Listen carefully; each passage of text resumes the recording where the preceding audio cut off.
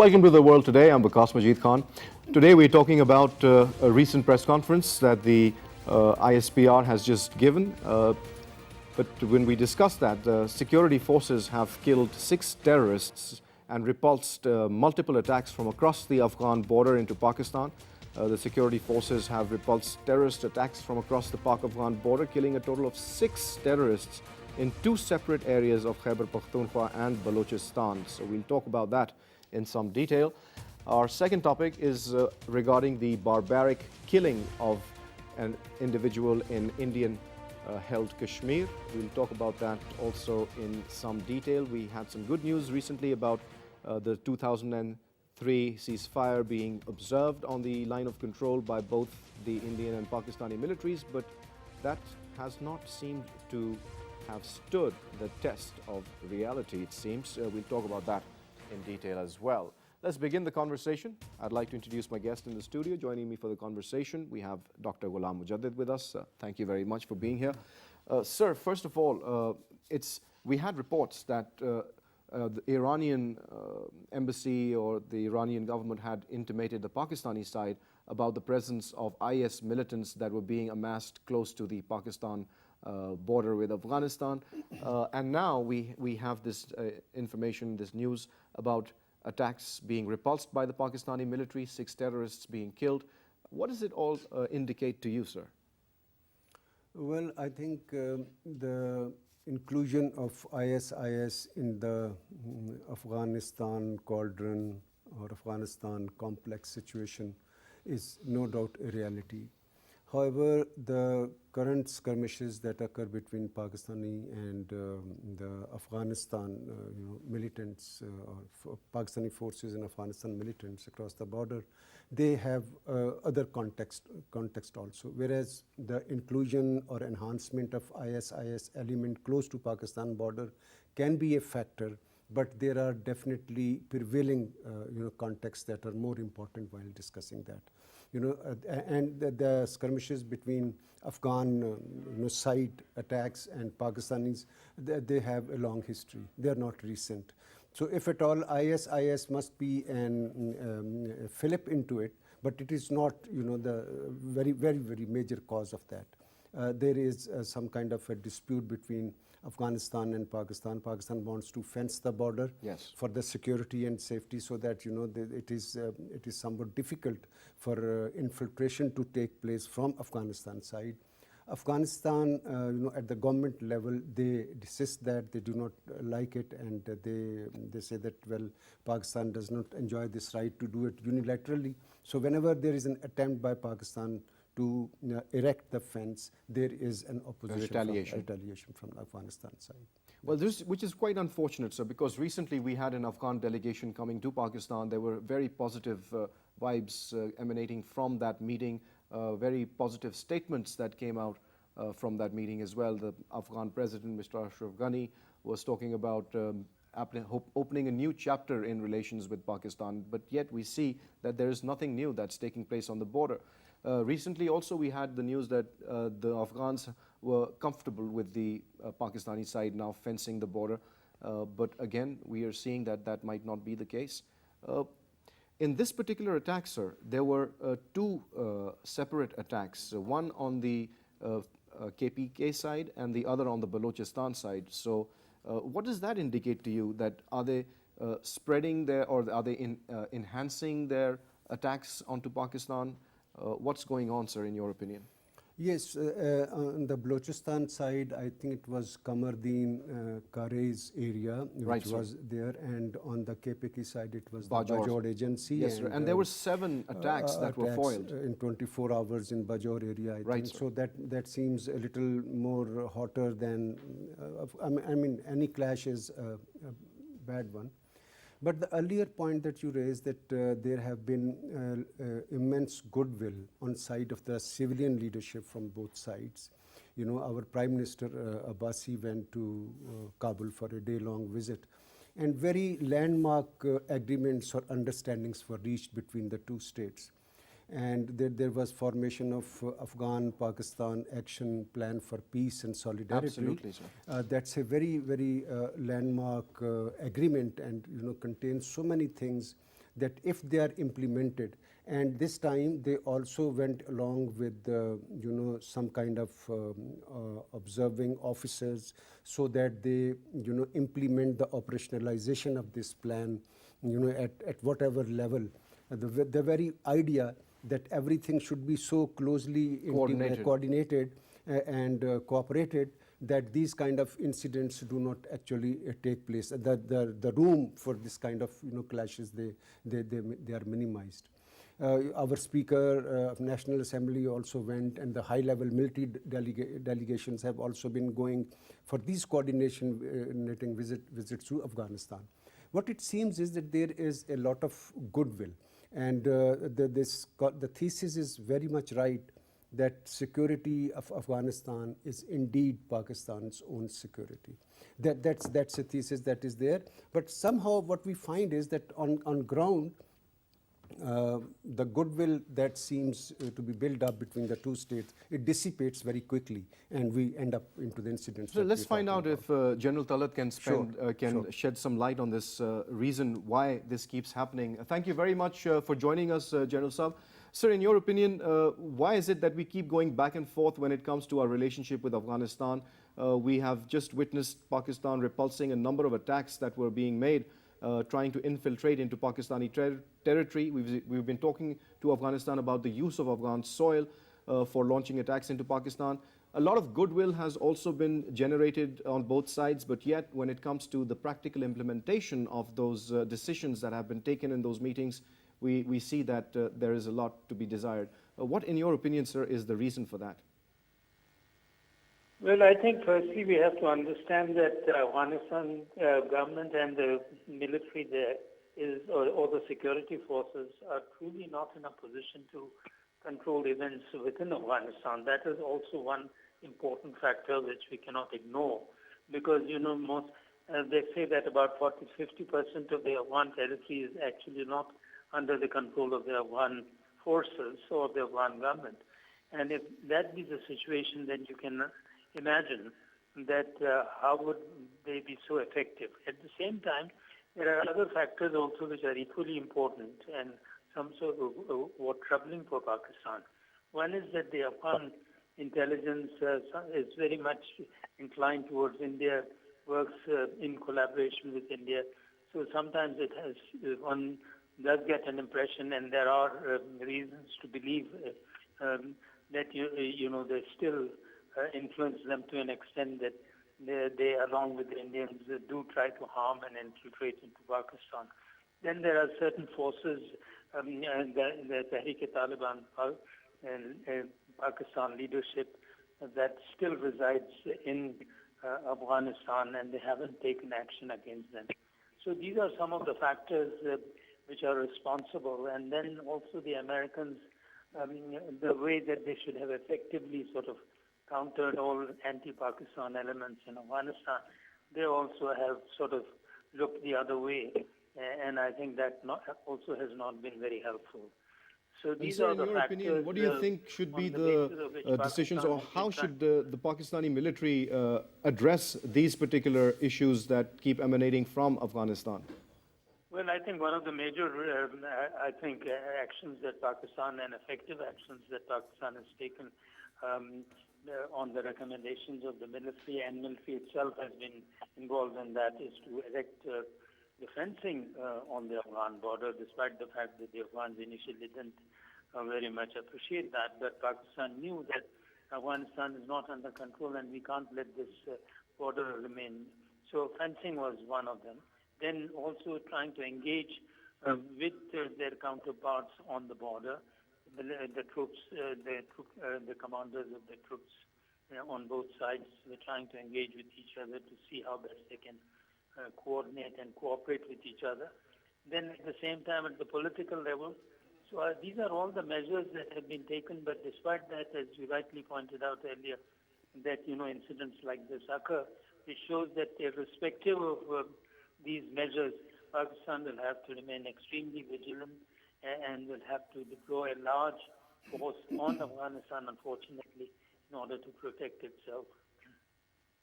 Thank you very much, General Talat, for taking out the time and sharing your views with PTV World.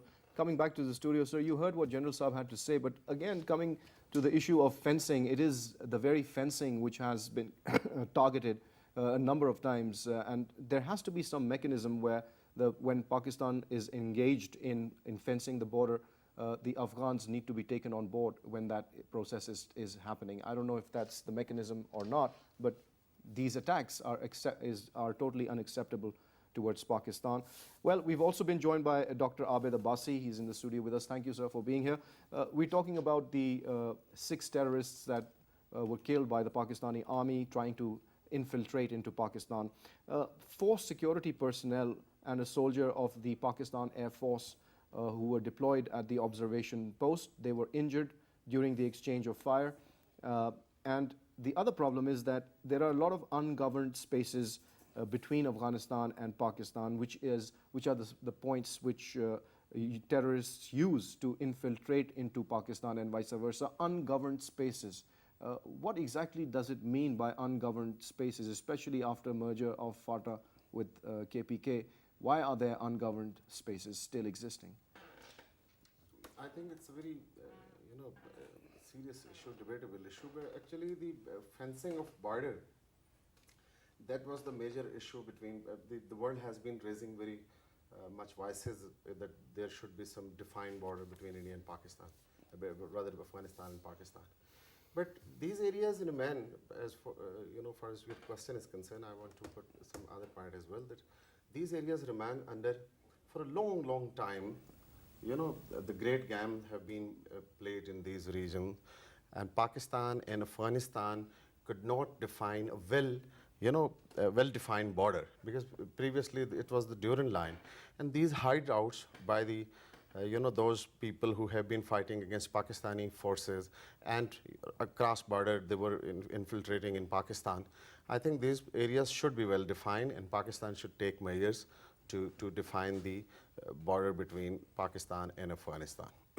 Absolutely, sir. Well, at the moment, sir, as things stand, the military has so far fenced off more than 43 kilometers of the frontier with Afghanistan. But the Durand line itself is 2,500 kilometers long. So how long do you think this entire fencing process is going to go on for, sir? It is an ambitious project. Fencing the whole border is not an easy task. It's a very difficult, very onerous task. But should the security of Pakistan demand that, it must be undertaken. It has to be done, sir. It has to be done. And as we understand, the security of Pakistan and Afghanistan are reciprocal. Which the argument is that if fencing will help stabilize Pakistani border, it would as much help stabilize Afghani borders also. Right. Because historically these are the places that are so-called ungoverned. That means that these are the areas that they were, let's say, under Pakistan or Afghanistan jurisdiction. But the constitution of the respective countries was not, applicable to those. And it is historical. It is not, and there is nothing bad about it. And the ungoverned areas or the special areas exist in many countries of the world, including United States of America. But they're usually seen as nature parks or something like that. They have special statuses, right. But they do exist. Absolutely. They are not part of, let's say, in a way, mainland United States of America, right. In a way. Similarly, in Spain, elsewhere, in India, all over the world. All over the world, there are ungoverned areas. But ungoverned, to say that, it doesn't mean that they are not properly administered. There is not a continuity of socio-political life. There is, but it's just that they enjoy some special status. So there's also the issue of capacity. When you talk about securing our border with Afghanistan, as the 2,500-kilometer border would also need additional manpower. So in that sense, we are aware that the military is planning to recruit tens of thousands of troops to man the border, but is that also going to be a sufficient measure, or do you think it's too late? We need to be doing that as of yesterday? It requires plenty of resources and funds and everything. The world has been criticizing Pakistan that we are not taking serious action against some of the turbulent people operating in those areas. But it is not today. The DGISPR has very categorically mentioned that this is not the matter of will, but the matter of resources as well. If we, manage this huge area, or this very, sort of war which requires plenty of resources, plenty of, hardware, and plenty of funds as well. The world should also focus. Pakistan has been paying a very heavy price to manage these areas. Or Pakistan, as the DGISPR mentioned, that Pakistan is the only country, the Pakistani armed forces are the only armed forces in the world who secured some very positive results against these terrorist organizations and terrorist activities being carried on in those border areas of Pakistan. But again, as you mentioned, that this huge border needs plenty of funds and plenty of resources to manage, and I think that it should be kept in consideration by the government and by the agencies that it requires plenty of resources and funds and manpower and other technicalities, and the Pakistani government, along with other forces, their stakes are being at, in those areas. They should also help Pakistan. They should also consider the sacrifices, the funds Pakistan have been pampered in those areas, and they should come up to support Pakistan, because Pakistan have been in coalition with them to fight this war on terror. I'm talking about United States. If United States is criticizing Pakistan, that Pakistan... Well, they've pulled all their funding that they were giving in the past, so that equation is a bit on a difficult sort of terrain that we're passing through, or difficult time that we're passing through. So let's move on to our second topic, which is equally painful, and that is, in fact, more painful, and that is the Indian military, the way that they are treating the Kashmiris. It's getting from bad to worse for the plight of the Kashmiris. The latest incident, sir, I'd like to bring your attention to that, is when an Indian military jeep drove into a crowd, running over a protester. The man in question, his name was Kaisar Bhatt. He later died of his injuries in the hospital. And then the police or the armed forces of India started firing into the crowds of protesters who were gathered there, or the mourners who were mourning the death of this individual. What does that really say about the recent DGMO hotline contact that we made with India, and we went back to normalizing the situation to the 2003 ceasefire? Then despite that, we have an old man who's been shot by the Indians with the continued LOC violations, and a lady and her daughter have also been the latest victims of this violence, sir. We can't understand. Can you explain it to us, that when we have such high-level contacts being made, such positive statements, in fact, almost identical statements coming out from both the Indian and the Pakistani military side, and then we have the same incidents, people dying. How does this work out, sir? Can you explain it? I think there are formal events, how unfortunate that they may be, that they take place between the states, and then there are movements that are gathered by the communities who feel aggrieved because of certain reasons. I mean, Pakistan DGMO and Indian DGMOs talking to each other in a way are related to the whole problem.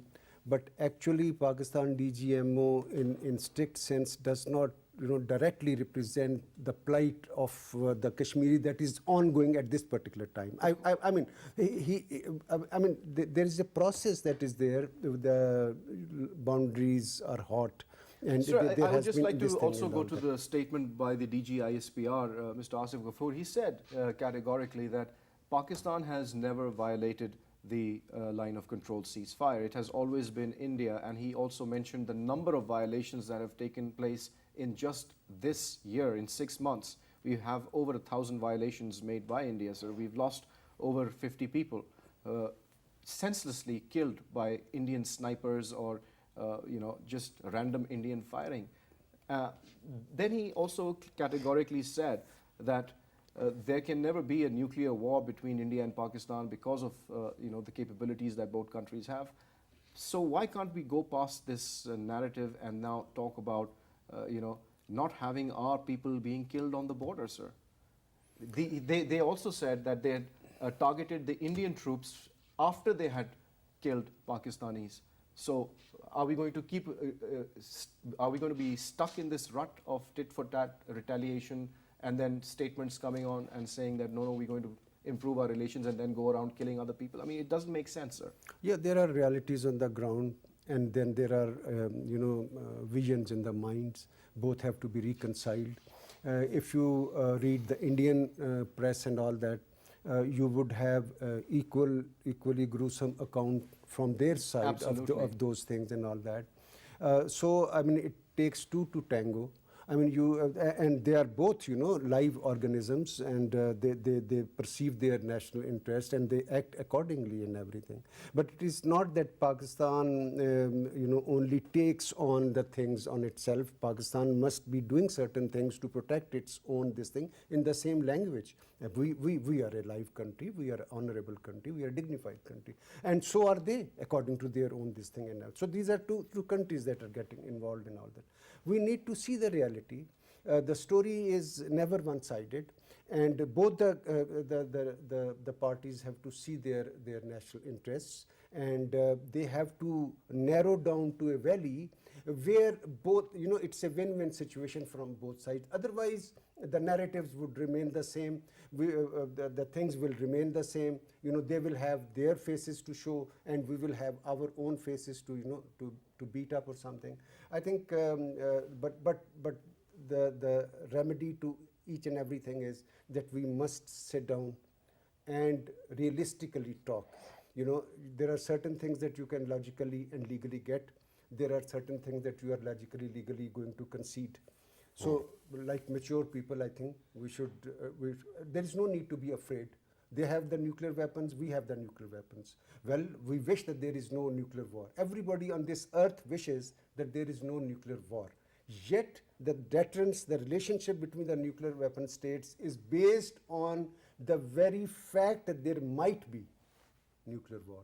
Otherwise, there will be no relation that will be placed, theoretically. Absolutely, sir. Dr. Abbasi, in your opinion, do you think it's possible that the Indian authorities or the Indian government or those in power can at least conduct a thorough probe into what actually happened, especially when we talk about the violations of the LOC, when we talk about Kashmiris innocently being killed for protesting? That also is unacceptable. The entire international community is observing what's happening in Indian-held Kashmir. Is there some way that Pakistan can also, since we are trying to get onto right foot with each other in our relationship, also approach the Indian government and say, look, this is what has happened, and can you please take a look at this? Would the Indians reciprocate such a measure or such a move? They must do this. I think it's a very, dignified manner that Pakistan should ask India to probe into the matter objectively and at least to the satisfaction of Pakistan and international community. And secondly, the Kashmiris are sacrificing, their right of self-determination, and India has always been using this.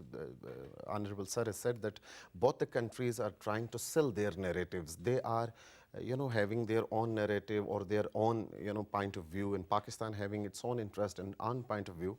But what Kashmiris are facing, the atrocities in the hands of Indian occupied forces, Kashmiris have every right of self-determination. Kashmiris have every right to protest peacefully to get their right.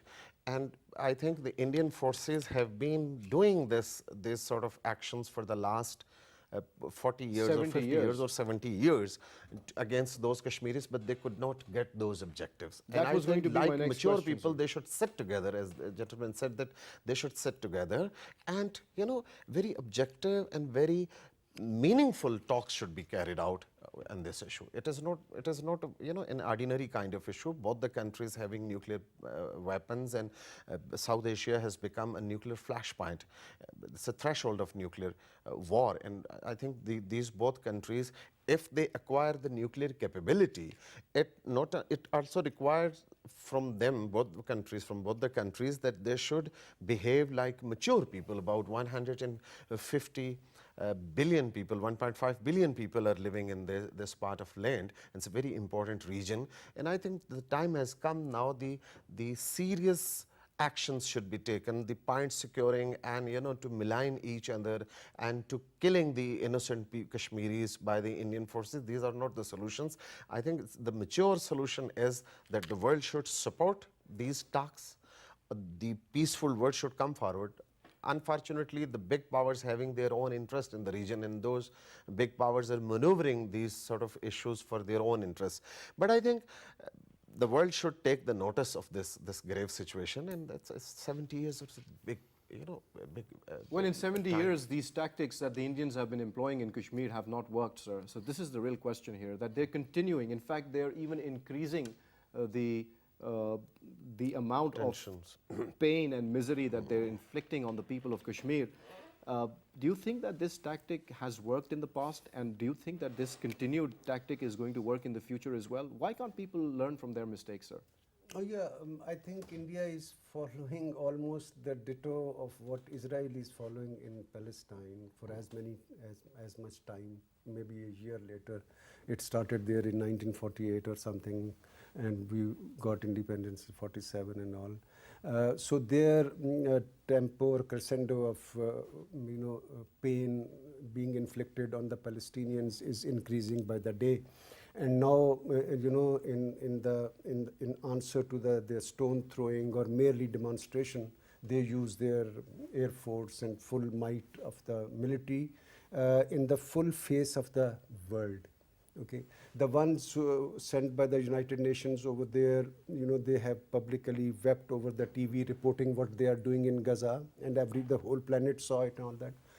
Coming to Kashmir, they are following exactly the same thing. I mean, it's very, very callous to say, but India can even increase the atrocities and still, keep doing whatever it wants to do, or have the objective achieve what it wants to achieve. However, on the other side, neither the Palestinians will give away their right. It was their land, so they will keep dying, and the world will keep witnessing or something. Maybe, and so is the fate with the Kashmiris. Kashmiris are not going to relent. This is for sure. But does their determination not to relent to injustice and is backed by other parties, that is Pakistan and the conscience of the world, would it get them their objective? That is a moot question that we must ask ourselves, and constantly so. Otherwise, India's atrocities are not going to reduce, they are not going to diminish.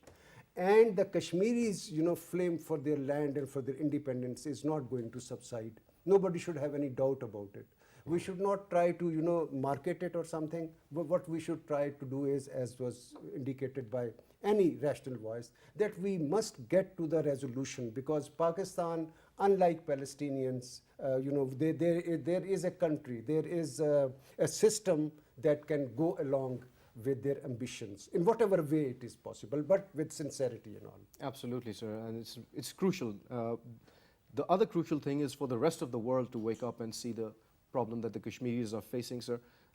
Also, the claim that India is the largest democracy rings very hollow when we see the atrocities that are being committed by the Indian security forces. Over 700,000 troops in the Kashmir Valley. What are they doing there? If Kashmir is a part of India, which other part of India has 700,000 troops trying to control the civilian population of that particular state? Is it happening in New Delhi? Is it happening anywhere else? So these are questions that really need to be asked of India, not just by Pakistan, but in fact the entire international community. But it is not being asked. In your opinion, Dr. Saab, apart from the fact that it's a great market and whatnot, is there any other justification that these questions are not being asked? What is the United Nations doing about it, sir? You have seen what the United States have done or the NATO forces, allied forces in Iraq, when the interests were to crush Iraq, to change the regime in Iraq, and to bring their own setup, their pro-West or pro-American setup in Iraq. They did in very hasty manner. But when it comes to Palestine or Kashmir, because they don't have those sort of grave interest in this region, keeping in view the Indian... Isn't international peace a good reason enough, sir? to have a peaceful planet where people can go about their daily lives without wondering about because big dying? powers having their financial interest, their material interest. As you mentioned in your question, that India is a big market and the world is focusing to have relations. And strategically, India is also very important when it comes as a regional force in the region. Obviously, India is a big country, or India is a big market. The world has some sort of interest with India, or they do not have that much interest in Kashmir or in Pakistan, so they go out of the way to force India, to press India to come up on the table of negotiation and to solve that issue on priority basis. And you've seen that obviously if Israel having a very healthy say in United States in decision making. United States have a very much, a dependence on Israel. That's why they do not care for the miseries of the people of Palestine. Similar things are being happening in Kashmir, because if they have to choose one from Kashmir and India, obviously they would choose India because they have their financial interest. Very sore reality, but it is fact that they have very much, interest with India. This big market is very much, having attraction for the world capitalist economy.